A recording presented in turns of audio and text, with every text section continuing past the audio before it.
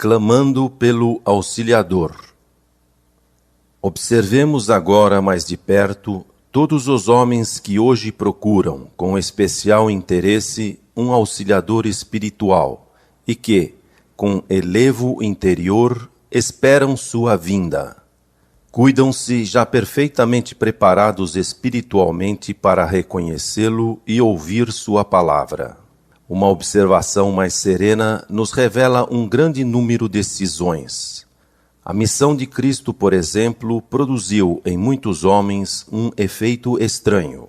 Criaram sobre ela uma falsa imagem. Como de hábito, a causa disso foi a autoavaliação incorreta, a presunção.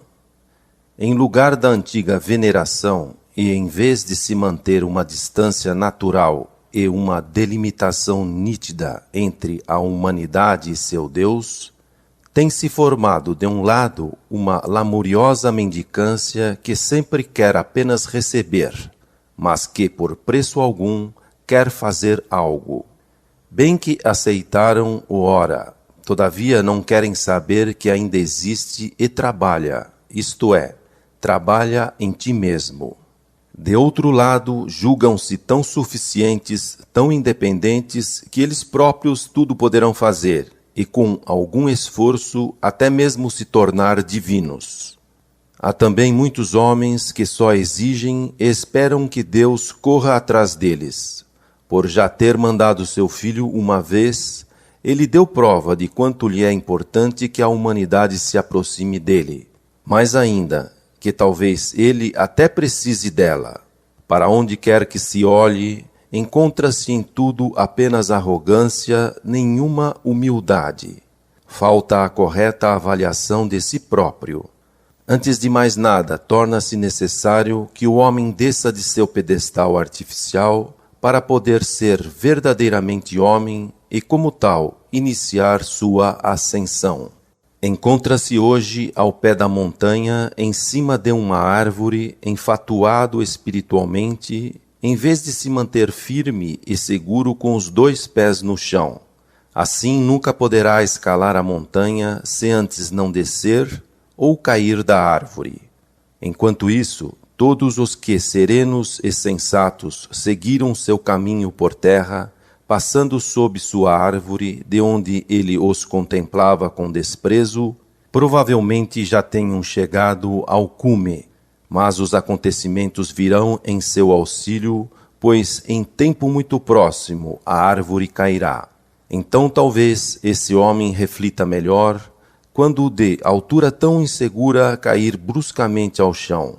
Aí seus últimos momentos terão chegado, não lhe restando uma hora sequer para desperdiçar. Hoje muitos julgam que podem continuar no desleixo como em milênios passados. Comodamente refestelados em suas poltronas, estão à espera de um forte auxiliador. Mas que ideia fazem desse auxiliador? Chega realmente a causar comiseração. Em primeiro lugar, esperam dele, ou, para dizer a verdade, exigem que ele prepare a cada um, individualmente, o caminho para o alto em direção à luz. Ele é que tem que se esforçar para construir pontes, a fim de que os adeptos de todos os credos encontrem o caminho da verdade. Ele deve tornar as coisas tão fáceis e compreensíveis que qualquer um possa compreendê-las sem esforço. Suas palavras devem ser escolhidas tão acertadamente que convençam facilmente os grandes e os pequenos de todas as camadas sociais. Tão logo o homem tenha pessoalmente que se esforçar e pensar por si próprio, achará que não se trata de um verdadeiro auxiliador, pois se este foi escolhido para conduzi-lo no caminho certo com sua palavra, terá naturalmente também que se esforçar em favor dos homens. Sua tarefa é convencê-los, despertá-los. Afinal, Cristo também deu a sua vida. Os que hoje pensam dessa maneira, e são em grande número, não precisam mais se esforçar, pois se parecem com as virgens insensatas da parábola, caminham para o tarde demais. O auxiliador certamente não os despertará, pelo contrário, deixará que continuem dormindo tranquilamente até que o portal seja fechado e eles não possam achar a entrada para a luz, uma vez que não podem se libertar a tempo do plano material para o que a palavra do auxiliador lhes havia mostrado o caminho. Ora, o homem não vale tanto quanto tem imaginado. Deus não precisa dele, ele sim é que necessita de seu Deus. Já que hoje a humanidade, com seu chamado progresso, não sabe mais o que realmente quer, ver-se-á finalmente obrigada a saber o que deve. Essa espécie de homem passará buscando e também criticando com superioridade, como também tantos outros outrora já passaram por aquele para cuja vinda tudo já fora preparado pelas revelações. Como se pode imaginar um auxiliador espiritual assim? Ele não fará à humanidade a mínima concessão, e onde esperam que conceda, ele exigirá. Porém, aquele homem capaz de raciocinar de modo sério, logo reconhecerá que, exatamente na exigência irrestrita e severa de uma reflexão atenta, repousa a melhor ajuda de que a humanidade, já profundamente emaranhada em sua preguiça espiritual, necessita para a sua salvação.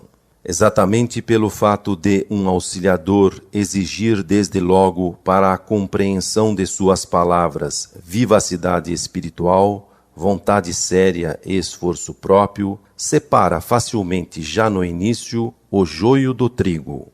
Existe nisso uma atuação autônoma como só se dá nas leis divinas. E assim sucederá aos homens exatamente o que de fato desejam.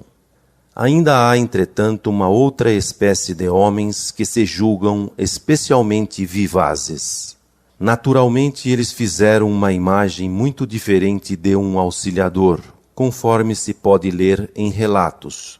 Todavia, uma imagem não menos grotesca, já que esperam que lhes surja um acrobata espiritual. Em todo caso, milhares de pessoas já supõem que a clarividência, a clareaudiência, a percepção sensitiva acima do normal, etc., sejam um grande progresso, quando na realidade não é assim.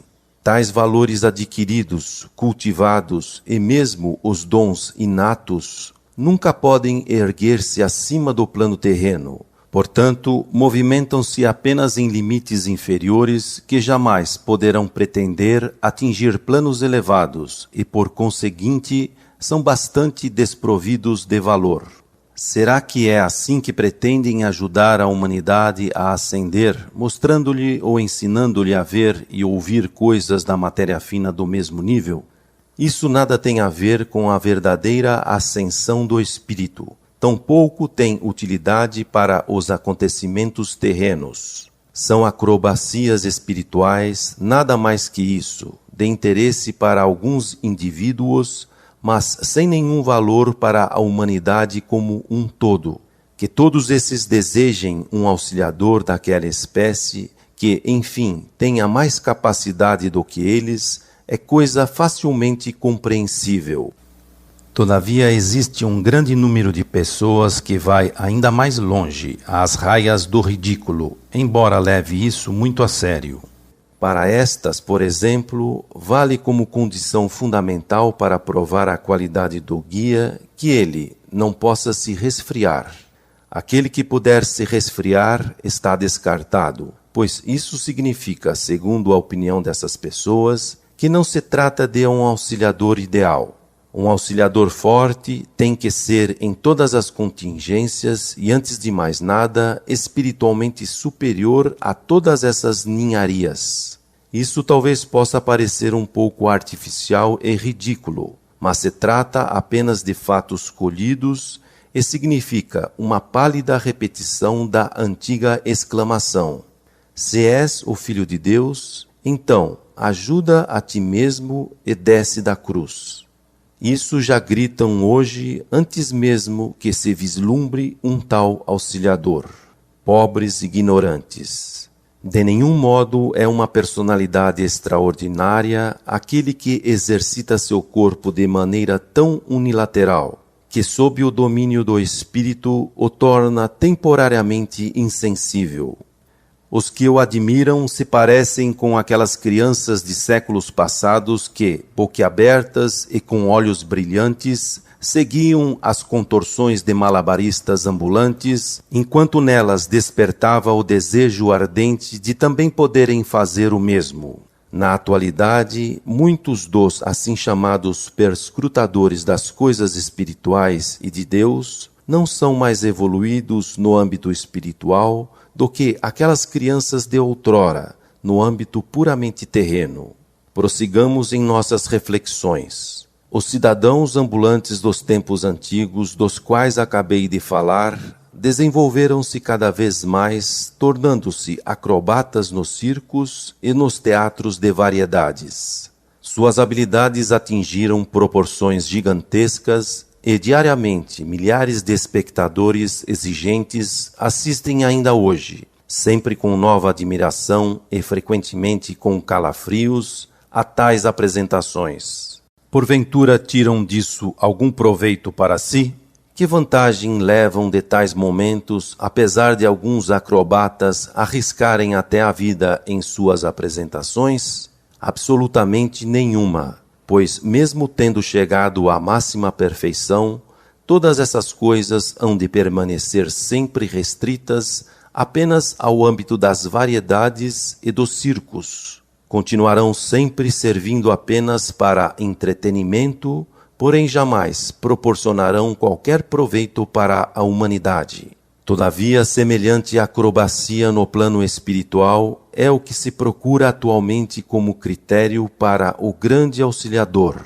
Deixai para tais homens os palhaços espirituais. Em breve vivenciarão até onde isso os conduzirá. Também ignoram o que na realidade pretendem com isso. Ponderam. Grande é somente aquele cujo espírito domina o corpo de maneira que este não mais conheça a doença. Toda essa orientação é unilateral, sendo que a unilateralidade resulta apenas em coisa malsã, doentia. Com tais práticas não se fortalece o espírito, mas apenas se enfraquece o corpo. O necessário equilíbrio para a harmonia sadia entre o corpo e o espírito é perturbado, e por fim, tal espírito se desliga prematuramente do corpo maltratado, que não lhe pode mais garantir a vigorosa e sadia ressonância para a vivência terrena. Esta, porém, vai fazer falta ao espírito que assim chegará imaturo ao além. Mais uma vez terá que viver sua existência na terra. Trata-se de artifícios espirituais, nada mais. Eles se processam à custa do corpo terreno que na realidade deve auxiliar o espírito. O corpo faz parte de um período de evolução do espírito. Caso seja enfraquecido e oprimido, não poderá ser de muita utilidade para o espírito, pois suas irradiações são por demais fracas para proporcionarem ao espírito, na materialidade, o vigor pleno de que necessita. Se uma pessoa quiser dominar uma enfermidade, terá que produzir espiritualmente algo como a pressão de um êxtase sobre o corpo, assim como, em proporção menor, o medo do dentista é capaz de suprimir a dor. Tais circunstâncias de elevado êxtase o corpo suporta talvez uma vez sem correr perigo, eventualmente até várias, mas não permanentemente sem sofrer sérios danos. E quando um auxiliador fizer ou propuser isso, não merecerá ser auxiliador, pois com sua atuação infringe as leis naturais da criação. O homem terreno deve preservar seu corpo como um bem que lhe foi confiado e procurar manter a harmonia sadia entre o espírito e o corpo. Caso esta seja perturbada por meio de uma repressão unilateral, então não se trata de progresso nem de ascensão, mas sim de um empecilho incisivo para a realização de suas tarefas na Terra, bem como na materialidade de um modo geral. Ficará perdida a força plena do espírito quanto ao seu efeito na materialidade, porque de qualquer forma ele necessita para isso da força de um corpo terreno não subjugado, mas em harmonia com o espírito. Quem, baseado nisso, é chamado de mestre, tem menos valor do que o aluno que ignora completamente as tarefas do espírito humano e suas necessidades de desenvolvimento. É até mesmo nocivo para o espírito. Os homens não tardarão a reconhecer dolorosamente sua insensatez. Porém, todo falso auxiliador terá que passar por experiências amargas. Sua ascensão no além só poderá começar quando o último de todos aqueles que ele reteve com suas brincadeiras espirituais, ou que até mesmo desviou, tiver chegado ao reconhecimento.